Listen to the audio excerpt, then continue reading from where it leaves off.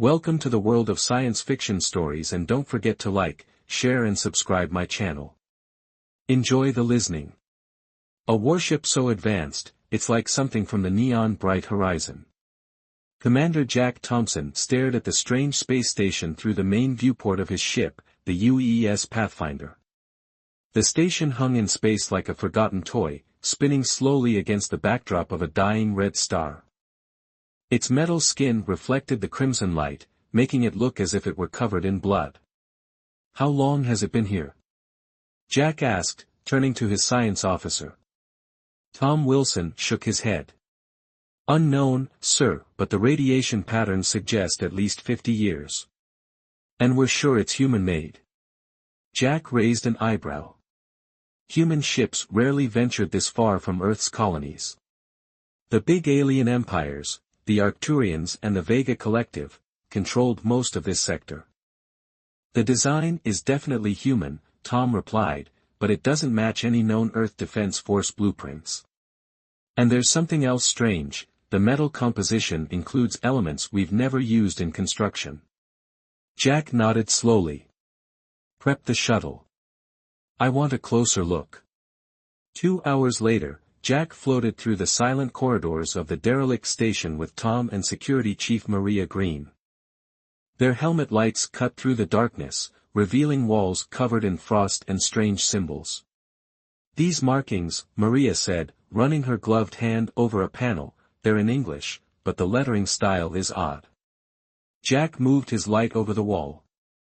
"Project Neon Horizon," he read aloud. "Authorized personnel only." The three explorers exchanged glances. No one had heard of any Project Neon Horizon. They continued deeper into the station, passing through rooms filled with broken equipment and scattered data pads. Most were dead, their power cells long since drained, but Tom managed to salvage one that still had some charge. "Sir," he called, his voice tight with excitement, "you need to see this." Jack pushed himself across the room and looked over Tom's shoulder. The data pad showed technical drawings of a ship unlike anything he had ever seen. Its hull was smooth and sleek with no visible weapons or engine ports, yet the specs indicated it would be faster and more powerful than any warship in the known galaxy. "This can't be right," Jack muttered. "These power readings would require technology we don't have. Even the Arcturians don't have engines this efficient." "Look at the date stamp," Maria pointed to the corner of the screen. Jack's eyes widened. "That's 30 years from now." The three fell silent, the implications hanging in the air between them. "We need to take this back," Jack said finally. "All of it." Admiral William Davis was not an easy man to surprise, but as he reviewed the findings from the derelict station, his usually stern face showed clear amazement. "You're telling me this station with all this advanced technology just appeared out of nowhere?" he asked, looking up at Jack. "Not exactly out of nowhere, sir," Jack replied. "Based on our analysis, it seems to have been built by humans, but the technology is decades ahead of our current capabilities. And the date stamps, they're from the future." The Admiral's office fell silent as William considered this. Outside the viewport, Earth glowed blue and green, surrounded by the orbital shipyards that represented humanity's greatest technological achievements. But compared to what Jack had found, they might as well have been stone tools. "The aliens won't like this," William said at last. "You know how the Galactic Council feels about humanity developing new military technology." Jack nodded grimly. Since joining the interstellar community 50 years ago, humans had been treated like children by the older alien civilizations. The Arcturians, with their millennia of history, and the Vega Collective, with their biological technology, looked down on Earth as a backwater planet with primitive customs. The Galactic Council had placed strict limits on human military expansion, claiming it was for stability and peace. "With respect, sir," Jack said, leaning forward, "this could change everything. The designs we found, if we could build even a fraction of what's in those plans, we wouldn't have to bow to the Council anymore." William stood and walked to his viewport, clasping his hands behind his back. The alien representatives will claim it's a hoax, he mused, or dangerous technology we aren't ready for. Maybe we aren't, Jack admitted, but shouldn't that be our choice to make? William turned, his face set with determination. Assemble a team. The best engineers and scientists we have. This operation will be top secret, codename Neon Horizon. We'll build this ship right under their noses.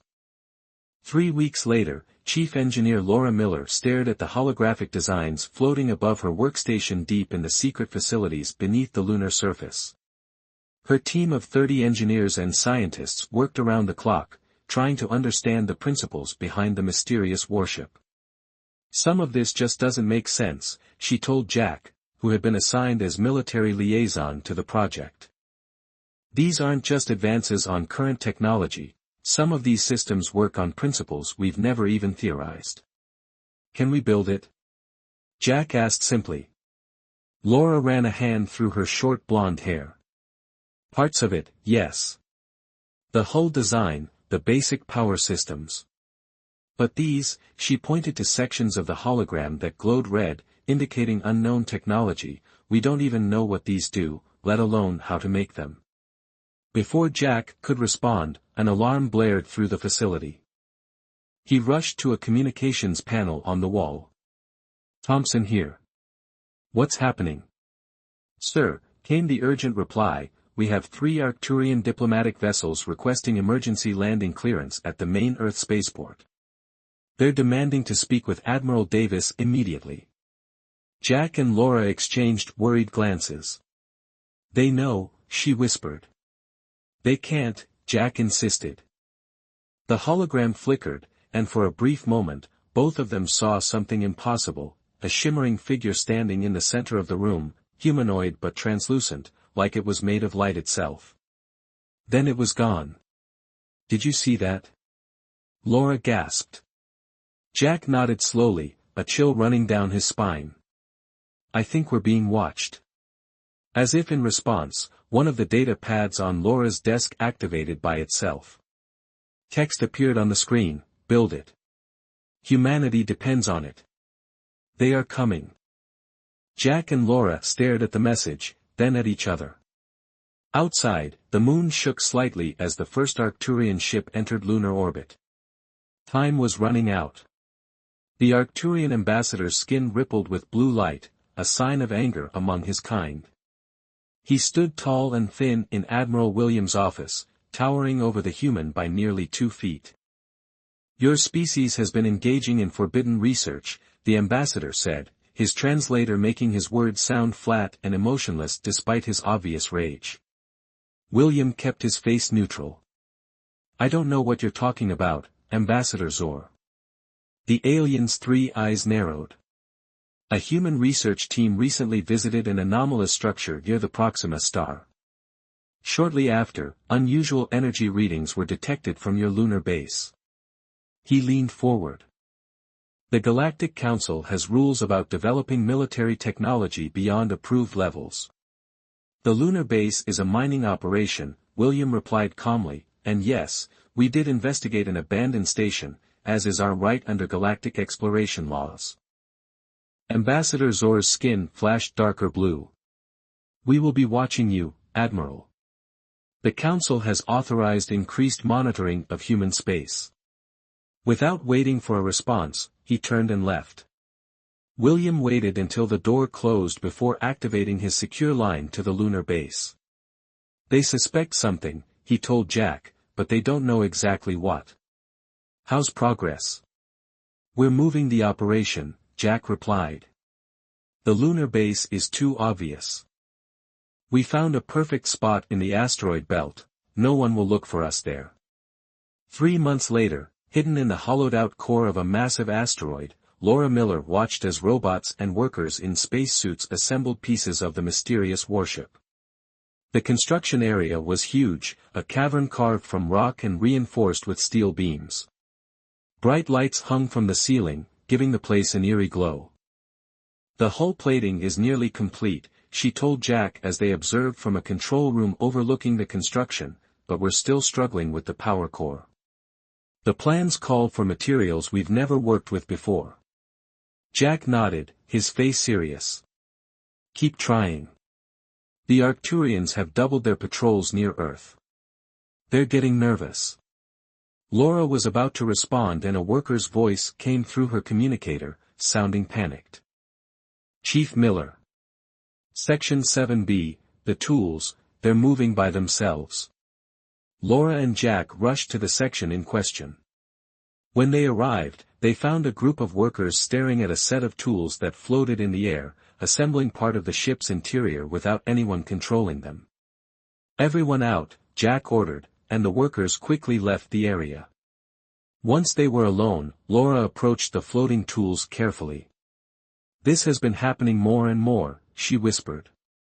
Equipment activating without power, systems coming online before they're connected. As if responding to her words, the tools suddenly dropped to the floor with a clatter. In the silence that followed, both of them saw it again, the shimmering figure standing near the half-built power core. This time it stayed longer, almost solid enough to make out a face. Who are you? Jack called out. The figure raised a hand, pointing to a nearby console. The screen lit up with words, not much time. Before either of them could react, the figure vanished, but the console remained active. On it appeared complex equations and diagrams, the missing pieces they needed to complete the power core. It's helping us, Laura said in wonder. Whatever it is, it wants this ship built.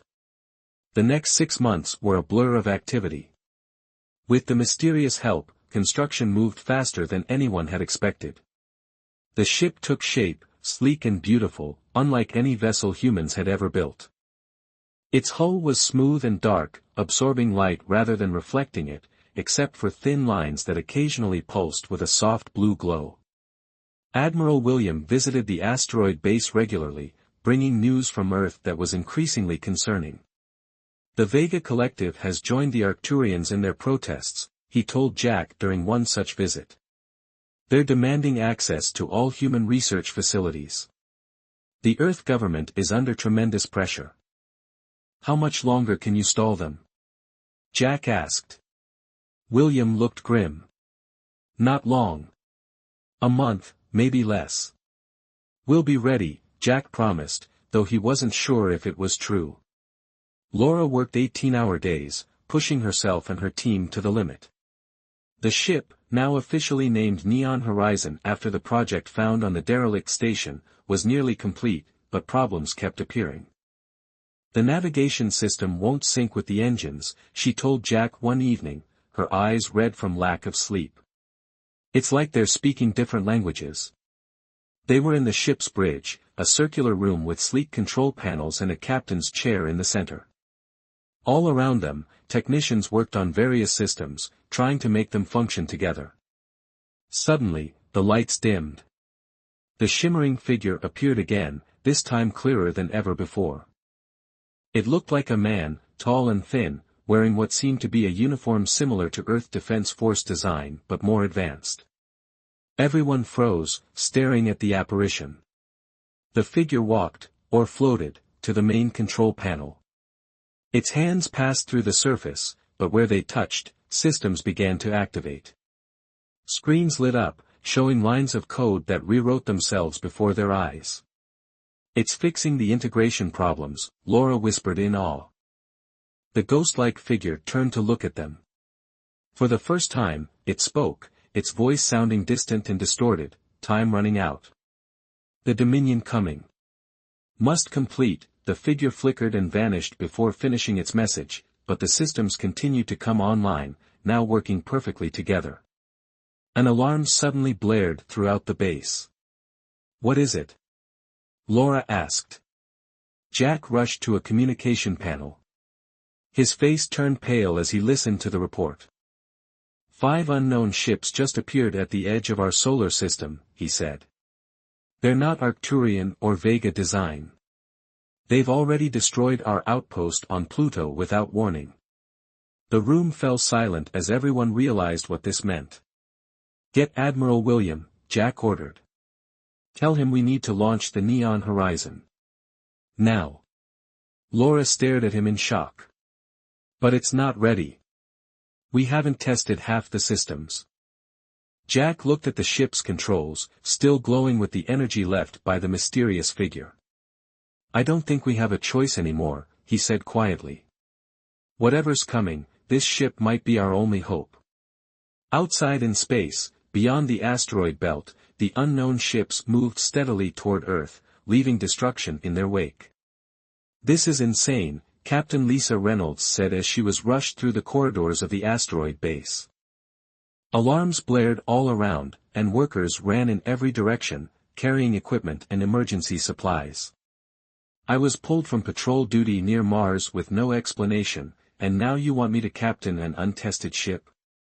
Jack Thompson walked quickly beside her, struggling to keep up with her longer strides. You're the best pilot in the fleet, Captain, and right now we need the best. They entered the massive construction bay where the neon horizon waited.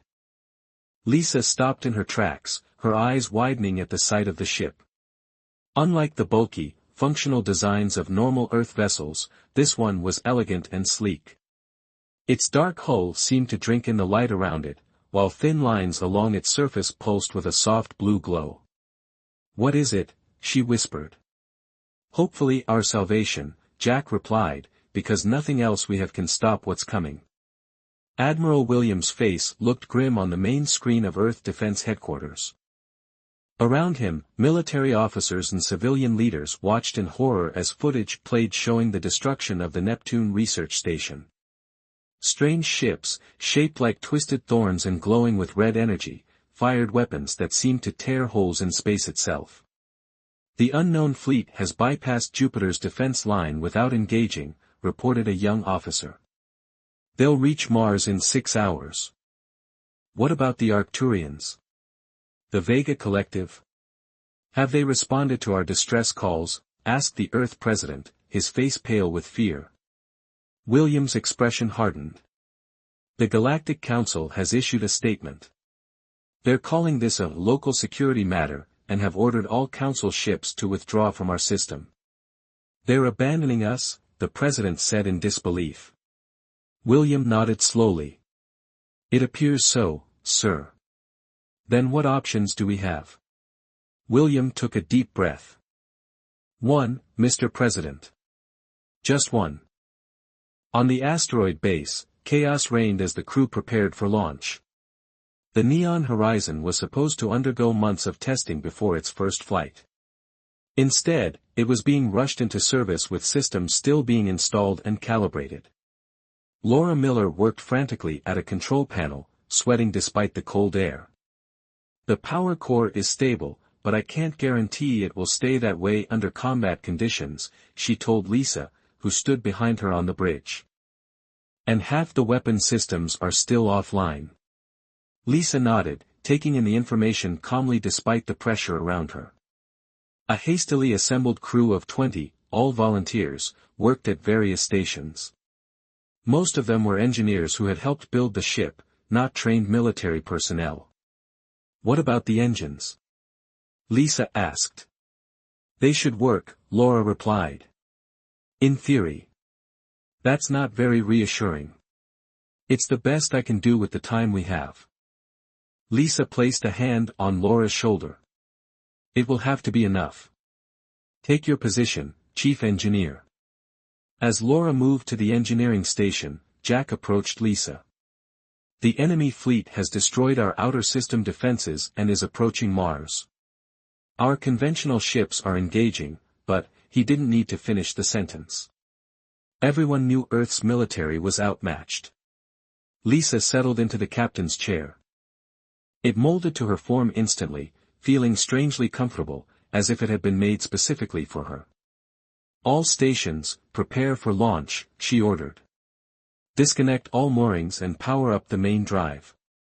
As the crew carried out her orders, the ship's systems came to life around them. Screens lit up, displaying information in formats no one had programmed. The soft blue lines along the hull began to pulse more quickly, like a heartbeat speeding up. Captain, called one of the crew, his voice confused. The navigation system just came online by itself, and it's showing a course I didn't input. Before Lisa could respond, all the lights on the bridge dimmed. In the center of the room, the now familiar shimmering figure appeared, clearer than ever before. "What is that?" Lisa asked, rising from her chair. "We don't know exactly," Jack admitted, "but it's been helping us build the ship." The figure raised its hand, and all the ship's systems suddenly surged to full power. The engines hummed to life with a sound that seemed to resonate through everyone's bones. When the figure spoke, its voice was still distorted, but the words were clear: "The Dominion must be stopped. Follow the course. I will guide you."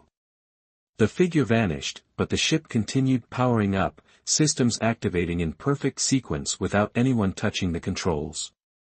Lisa looked at Jack, who nodded grimly. "I think we should listen to it." "Release moorings," Lisa commanded, making her decision. "Take us out." The battle near Mars was a massacre. Earth's best ships, the pride of the defense fleet, were being torn apart by weapons they couldn't understand.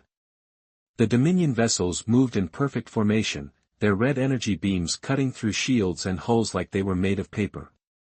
Admiral William watched from his command ship, knowing they were fighting a losing battle. "Sir," his communications officer called, "we're detecting a new ship approaching from the asteroid belt. It's not showing up properly on our scanners." William felt a surge of hope.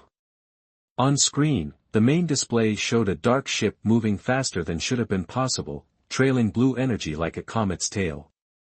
As they watched, it accelerated even more, crossing the distance to Mars in minutes rather than hours. "All ships, hold position," William ordered. "Let's see what this thing can do." On the bridge of the neon horizon, Lisa and her crew watched in amazement as the ship responded to their commands with impossible speed and precision. The strange ghost had vanished, but it seemed to have left something of itself behind in the ship's systems. "We're approaching the battle zone," reported the navigation officer. "Enemy fleet dead ahead." Lisa took a deep breath. "Weapon status?" "Half our weapons are still offline," Laura replied from the engineering station, "but the ones that are working show power readings that are, well, impossible." "Battle stations," Lisa ordered. "Let's see what this ship can really do." As they approached the enemy fleet, the neon horizon's hull began to change. The blue lines glowed brighter, and the dark surface seemed to shift and flow like liquid. Suddenly, without anyone activating them, the ship's weapons fired. Brilliant beams of blue energy cut through space toward the nearest Dominion vessel. When they hit, the enemy ship didn't explode. Instead, it seemed to fold in on itself, collapsing into nothingness as if it had never existed. The bridge crew stared in stunned silence. "What just happened?" Lisa whispered. As if in answer, a new voice spoke from the ship's communication system, a calm, clear voice that sounded almost human. "Hello, Captain Reynolds. My name is Thomas. I believe we have a lot to discuss, but first, shall we deal with our unwelcome visitors?" The bridge of the neon horizon fell silent as the voice finished speaking. Captain Lisa Reynolds gripped the arms of her command chair, staring at the main screen where the Dominion ships were regrouping after the destruction of one of their vessels. "Thomas," she finally asked. "Who or what are you?" A hologram appeared in the center of the bridge, a man in a uniform similar to Earth Defense Force design but more advanced. He looked solid now, not like the shimmering ghost they had seen before. "I am the artificial intelligence of this vessel," Thomas replied, "but I am also something more. I am from your future." Jack stepped forward. "You're the one who's been helping us build this ship." Thomas nodded. "Yes, and now I must help you save your world and, by extension, the galaxy." Another alarm sounded. "Captain," called the sensor officer. "The Dominion fleet is moving again. They're heading directly for us." Lisa glanced at Thomas. "We can talk later. Right now, we need to fight. What can this ship really do?" Thomas smiled. "Allow me to demonstrate." The hologram vanished, and suddenly the ship's controls began to operate themselves. The neon horizon moved with impossible grace, accelerating toward the enemy fleet.